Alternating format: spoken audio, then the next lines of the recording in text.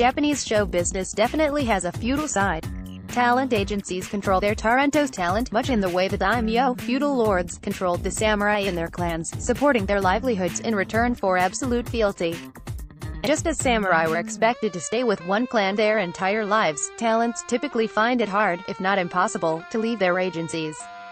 This unequal relationship, observes veteran entertainment reporter Harumi Nakayama, is deep in the DNA of the entertainment industry. It's always been like a factory, she says. It doesn't nurture talents as individual artists. Instead, they're interchangeable. In Japan you can make your professional debut just by being cute, but to raise aspiring singers, actors and comics from nothing, including no perceptible talent, requires investments of time and money, and agencies feel entitled to a return. Making said talents the face of an ad campaign is the preferred way to earn money since ad agencies pay well compared to the relatively stingy TV and film companies. If your professional life depends on earning money from TV commercials, your image is important, Nakayama says. So if you're an actor, that means you can't freely choose your roles. Instead, the agency chooses them for you, whether you like them or not. Agencies commonly impose other restrictions to keep images unsullied and profitable. The reasoning: if fans could get photos free online, they would be less likely to buy official shots. Meanwhile, members of idol pop groups are subject to strict rules against consorting with the opposite sex. In January 2013, Minami Minagishi, a member of the mega group AKB48, was demoted to trainee following a tabloid report that she had spent a night at a man's apartment. In response, she shaved her head and posted a tear-filled message of contrition on YouTube. Recently, cracks have appeared in agency castle walls.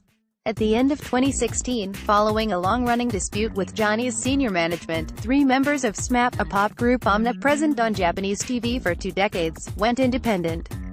Goro Inagaki, Shingo Katori and Tsuyoshi Kusanagi have since moved to a new agency, Cullen, started by their former Johnny's manager, Michi Iijima, and forged new web-centric careers. Even more dramatic was the protest mounted by Takeshi Gundam, Takeshi's army, disciples of famed comedian and director, beat Takeshi Kitano. On April 1, 4 of this army's members posted a joint statement on their blogs, criticizing Masayuki Mori, the president of their agency, Office Kitano, for his management style and blaming him for Kitano's departure from the talent shop he had co-founded with Mori in 1988. In mid-March, Mori had told a sports newspaper that Kitano would go independent at the end of the month, explaining that he wanted to lay down the burdens he has been carrying, including the army. The army statement, however, claimed that Mori had gone behind Kitano's back to buy a majority share of Office Kitano stock while giving himself and other executives generous salaries without shareholder approval. Learning of these moves, the statement added, Kitano had asked Mori to distribute his shares to army members and restructure the company, but when Mori was slow to act, they decided to leave. Soon after this statement appeared, Mori defended himself against its accusations in Shuken Shincho magazine.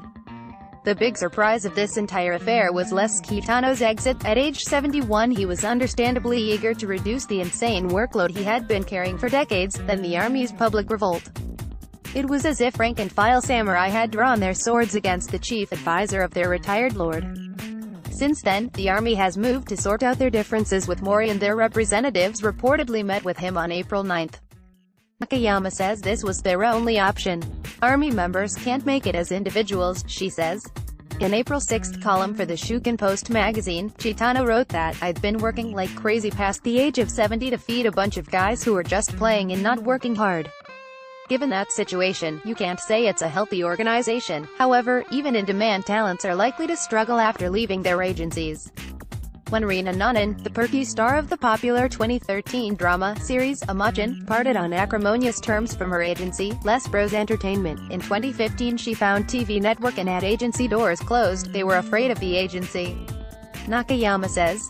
Though Nanan made a comeback voicing the main role in the 2016 hit animation, In This Corner of the World, she still had to contend with the agency's claim she had violated her contract, a claim that ended up in Tokyo District Court. She also had to change her professional name. She now goes by Nan, since Les Bros contended she could not use her old one without their permission. That it also happened to be her real name made no difference. How in the hell can these companies put so many rules onto people like slaves, asks Adam Torrell, an independent British film producer based in Tokyo. In the case of many large agencies, talents are lucky to get 10% of payments, he continues. They treat talents like dirt and make them work till near death with no rights. They make them sign contracts that ban them from working a year or more after leaving. You'd think movements like "None of them have freedom." Japan's actual feudal era ended with the arrival of Admiral Matthew C. Perry's black ships in Yaraga Harbor in 1853. Toro believes something similar may happen to its insular entertainment industry. People who work for these companies are starting to realize they have rights and can speak out or leave it pushed, he says. Love Times Doc, a rom-com on doctor's orders. When successful Japanese scriptwriters direct films, they tend to try too hard, cramming in characters, gags, plot twists and a blizzard of cuts.